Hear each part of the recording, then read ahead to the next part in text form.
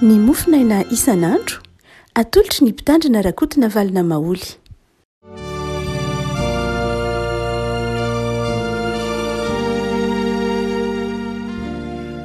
Farimerahabatsika rehefa malala tratry ity talata fahaenina amby roapolo ny volana aprily ity. Ny voalahatra mofinainantsika nao dia jaona toko fairaika ambin'ny folo ny andininy fa valo ambin'ny folo ka hatramin'ny andininy fa fito amby roapolo anaran'i Jesosy. Ary Betania dia tao akaikin'i Jerosalema tokony 5 stadio no ilanelany. Ary Marta amin'ny Jiosy nefa tonga teo amin'ny Marta sy Maria tsapalaelo azy noho ny amin'ny anadahany. Ary Marta raha nandrefa tamin'i Jesosy dia nandeha nitsena azy fa Maria kosa nitoetra tao an-trano. Ary hoy Marta tamin'i Jesosy: Tompoko, raha teto ianao dia tsy maty ny anadahiko. Nefa fantatro fa na dia ankehitriny izao aza na inona no angatahinao an'Andriamanitra dia omen'Andriamanitra anao. Hoy Jesosy taminy: hitsangana ny anadahinao. Fa hoy Marta taminy: fantatro ihany fa hitsangana izy amin'ny fitsanganany maty amin'ny andro farany. Hoy Jesosy taminy: izaho no fahaingany maty sy fiainana. Zay mino ahy na dia maty aza dia ho velona indray, ary zay rehetra velona ka mino ahy tsy ho faty mandrakizay. Mino izany va ianao? Hoy izy taminy: eny tompoko, mino aho fa ianao ny Kristy zanak'Andriamanitra, ilay ho tonga amin'izao tontolo izao. Ray masina manamasinana ny fahamarinana, ny teninao no fahamarinana. Amen. Mbola ao anatin'ny vanim-potoanan'ny Paska na miaina ny vanim-potoanan'ny Paska isika ry havako. Ary dia ny mofinaina izay voalahatra ovakitsika dia mbola manodidina amin'izany Paska izany ihany. Miresaka ny amin'ny fitsanganan'ny tenany maty, ny amin'ny fandresenan'ny fahafatesana. Ary fandresenan'ny fahafatesana amin'ny alalan'ny finoana. Narary Lazarosy dia tonga tany amin'i Jesosy ny mpianatra, naniraka olona zany ry Marta sy Maria hoe marary ny Lazarosy ilay sakaizanao ilay tianao dia ambimba asitrano izy, tongava aingana fa asitrano izy. Kanjo ny antojahatra maro samihafa dia tsy tratran'i Jesosy ny fotoana nahavelona ny Lazarosy. Andro taranjaona zany io. Fa maty Lazarosy vao tonga tany Jesosy. Ary dia raha vao nahitany Jesosy Marta dia nanome tsiny ankolaka hoe raha mba tsy taraiky mantsy ianao.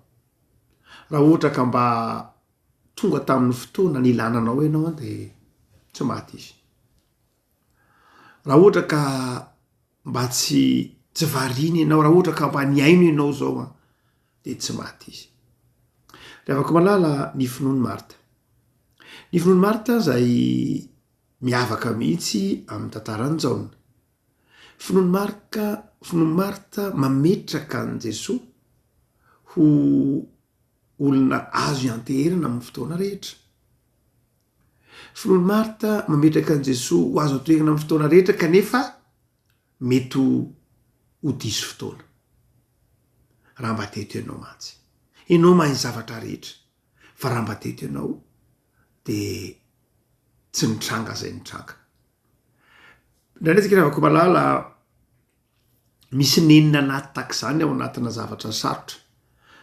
Rehefa misy zavatra angatahantsika amin'Andriamanitra, misy zavatra irifantsika mafy amin'Andriamanitra, dia tsy azo na tsy tanteraka dia misentsontsika miteny amin'Andriamanitra tahaka ny Marta manao hoe raha mba nomenao ahy mantsy iny Andriamanitra dia tsy ohatr'izao. Raha mba noafahanao tamin'ny fanadinana iny mantsy izao Andriamanitra dia tsy ohatr'izao. Raha ohatra ka nomenao anyriasy ry mantsy izao Andriamanitra dia mba tsy ohatr'izao. Raha ohatra ka teo ianao zao ny mivavaka, raha mba nisitranonao zao ty olo ty Andriamanitra dia sy ny sisa sy ny sisa. Sentim-po mety ho mahazatra mandrakariva ny mpino zany ry havako malala. Ny fieritreretantsika fa Andriamanitra dia mety ho tara fotoana. Andriamanitra dia mety ho diso fotoana. Ny fangatahantsika mety ho ampiandrasin'Andriamanitra. Tsika indray mety ho mieritreritra izany mihitsy hoe sao dia nampiandrasin'Andriamanitra raha ny fangatahako. Sao dia misy zavatra maika kokoa amin'Andriamanitra ka tsy dia mahamaika an'Andriamanitra loatra ny ahy. Raha tsika mieritreritra an'Andriamanitra amin'izay toe-panahy izay tahaka ny Marta. Fa tsy nijanona tamin'izay nefa ny finoan'i Marta.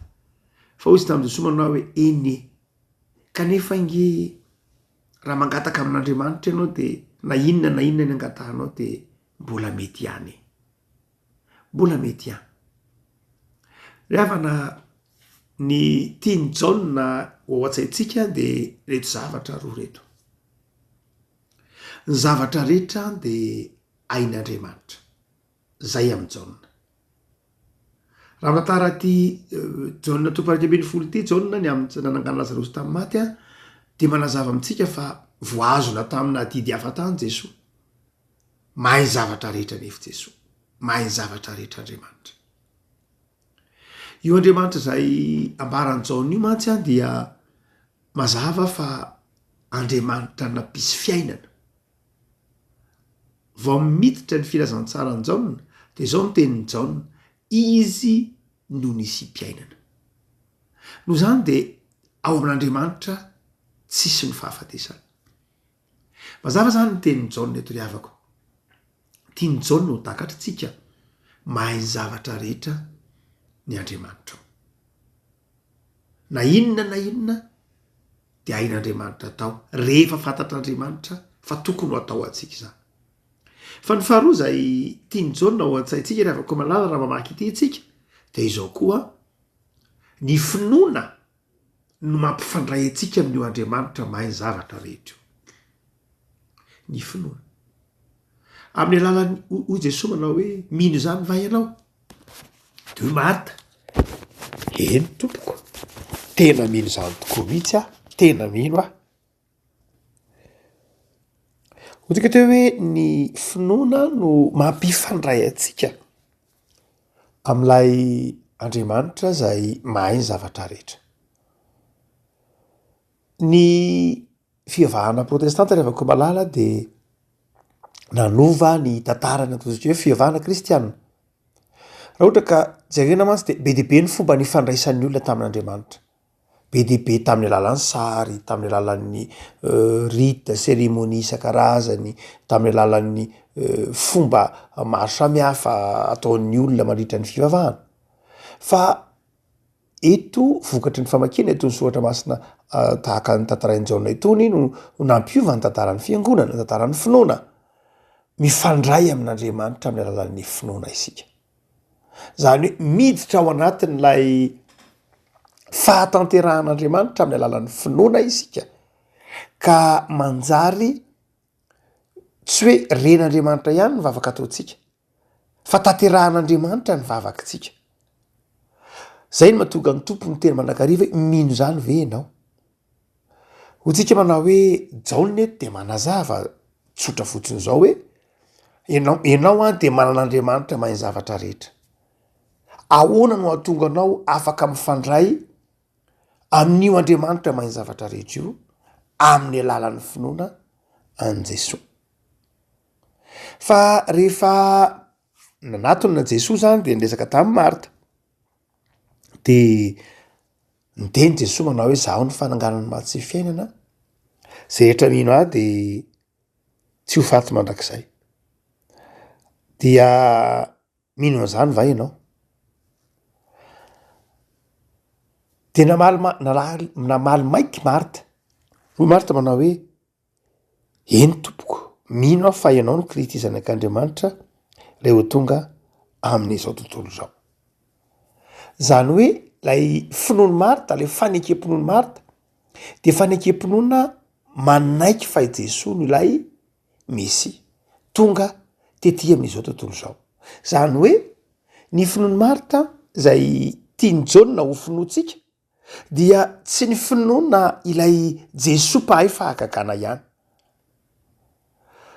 Jesosy napetra-panontaniana manao hoe enao ve mino fa mahatsangana ny maty ahy zany de Jesosy Marta tsy namaly manao hoe eny tompoko za mino fa mahatsangana ny maty ianao fa hoy Marta manao ery ambany manao hoe mino fa ianao ilay zanak'Andriamanitra eto zany jaona de tia hanafatra antsika pino fa tsy lay famantarana akory Marta dia mino ny teny izy manao hoe zao raha zavatra angatahanao amin'Andriamanitra de azonao zany fa ny finoany Marta tsy nijanona tamin'izay fa tonga ny apitana ka ny amin'ilay hoe zanak'Andriamanitra Jesosy ny tiany jaona ho finoantsika zany de zao tsy finoana miainga amin'ny famantarana, tsy finoana miorina amin'ny famantarana fa finoana miorina amin'ilay Jesoa zanak'Andriamanitra.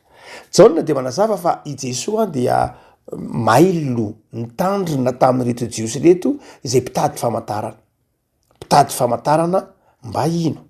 Ary hitantsika tsara fa ao arindrina ao any am'izao toko 20 dia i Tomasy dia nitady famantarana vonino, nitady famantarana mba ino hoe za tsy ino mihitsy raha tsy hitako ny olatra amin'ny tanany, tsapaiko ny tanany, tsapaiko ny lanivony, zay avomino. Dia eto Jaona aty am-piandohana de efa manafatra ny hoe ny tena finoana de tsy finoana mpitady famantarana. Maro teto zany ametrahan'i Jesosy fanontaniana, zanga mahay manangana ny maty zay rehetra velona ka mino ahy tsy ho faty mandrakizay. Mino an'izany va ianao? De tsy ny teny Marta. Valy teny Marta tsy sy fandraisany mihitsy amin'ilay tenin'i Jesosy. Fozy manao hoe za mino fa zanak'Andriamanitra ianao. Rehefa malala am'izao andro ankehitriny zao de betsaka ny mpitady famantarana vao mino. Betsaka ny olona mpitady famantarana mitotototo ato sy roa, mitady famantarana, mitady profo vao mino. Ary misy mihitsy ara moa de manao hoe zahay de tsy mitory, tsy misy profo. Zany hoe mitona ny olona hitady profo, mitona ny olona amina peta-drindrina mihitsy zany fa tsy hoe amina zavatra tena mitona ny olona mihitsy hitady profo. Rehefa malala tsy ratsy akory ny profo fa zavatra tsy dongina amin'Andriamanitra ho fiainana zany.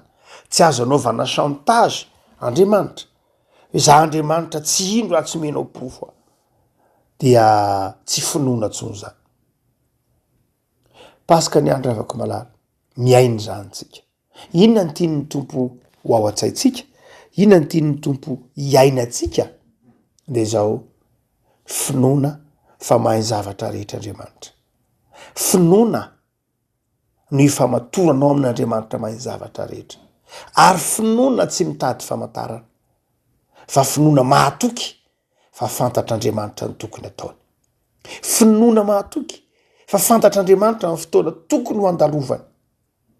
Tsy tara ny famantaran'Andriamanitra, tsy tara ny kalandrien'Andriamanitra, tsy tara ny programan'Andriamanitra. Andriamanitra tsy mety tara fotoana fa hain'Andriamanitra ny zavatra rehetra. Izay finoana mahatoky zay ny tiany Jesoa ho finoany Marta. Ary dia azony Marta zay. De niteny tamin'i Jesoa izy hoe mino afainao ilay Mesia. Rehefa malala ampahireziny ianao ary ahatoky fa ny programan'Andriamanitra tsy tara. Ny fandaharan'Andriamanitra tsy tara. Ny famantaran'Andriamanitra tsy tara. Fa tonga amin'ny fotoana mampety azy Andriamanitra amin'ny famonjenantsika.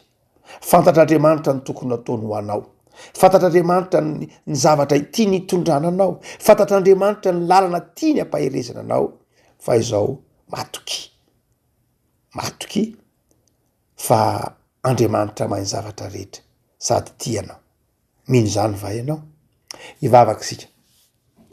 Tompo am'soranao zahay fa mahay zavatra rehetra ianao ary famindram-po sy fitiavana. Nandray zay manome tsiny ianao, misento manginany hoe eo akaiky ny mandrakariva ve ianao? Mahita ny zavatraritra lalovanay ve ianao? Mahita ny alahelonay ve ianao? Raha mba teo ianao? Raha mba tsy tara ianao? Tompo, sotranao ny amin'ny tokomenao araka ny teninao fa tsy tara ny famantaran'andronao, tsy diso fotoana ianao. Tsy ny olana ny tonga alohanao fa ianao ny tonga alohan'ny olana. Ary mamany olana rehetra eo amin'ny fiainanay raha mahatoky zahay. Tompo, ny fiavianay mandrakariva de ny olana ny lasa alohanao. De misento zahay, ory zahay. Saingy enao Andriamanitra mahafantatra ny tokony ataonao, mahafantatra zay mahasambatra anay. De mametraka ny fiainanay zay Tompo eo am-pelantananao. Ianao le mahay zavatra rehetra. De omeo fo mino zahay, fo matoky ianao fa fantatrao zay mety aminay. Da io ny firenenay am'izao fahasairanana izao. Voalaza fa isan'ny firenena dimanitra indrindra ety ambonin'ny tany. Tompo, isorety anatin'ny sainay ny fieverana fa resy zay. Fampahiresy zay fa manana anao Andriamanitra mahiny zavatra rehetra, manomeny zavatra rehetra. Koa ampahiresy zay hitraka hijery fa ny Andriamanitray de fandresena. Ko jereo mpiray tanindrazana aminay, jereo ny malagasy rehetra anatin'ny fahantranasany fahasahiranana, manam-pirenao ny malagasy, ny mpitondra, ny tompona ndraikitra isa tokony re tompom-bavangio, atsiary fa enao dia Andriamanitra azy mitorahana, ka tsy mamela ny firenena ao anatin'ny fahasahiranana. Jereo mpianatra ao anatin'ny fianarana, ny fahazavan-tsaina, jereo ny zanakay, jereo ny fiangonana misy anay, tompo tefeo vavolombelona ao atrany, dia anapaka eo aminay Jesosy ny fiadananao, mametraka ny fiainanay eo am-pelantananao zay, amin'anao Jesoa Kristy mpamonjy.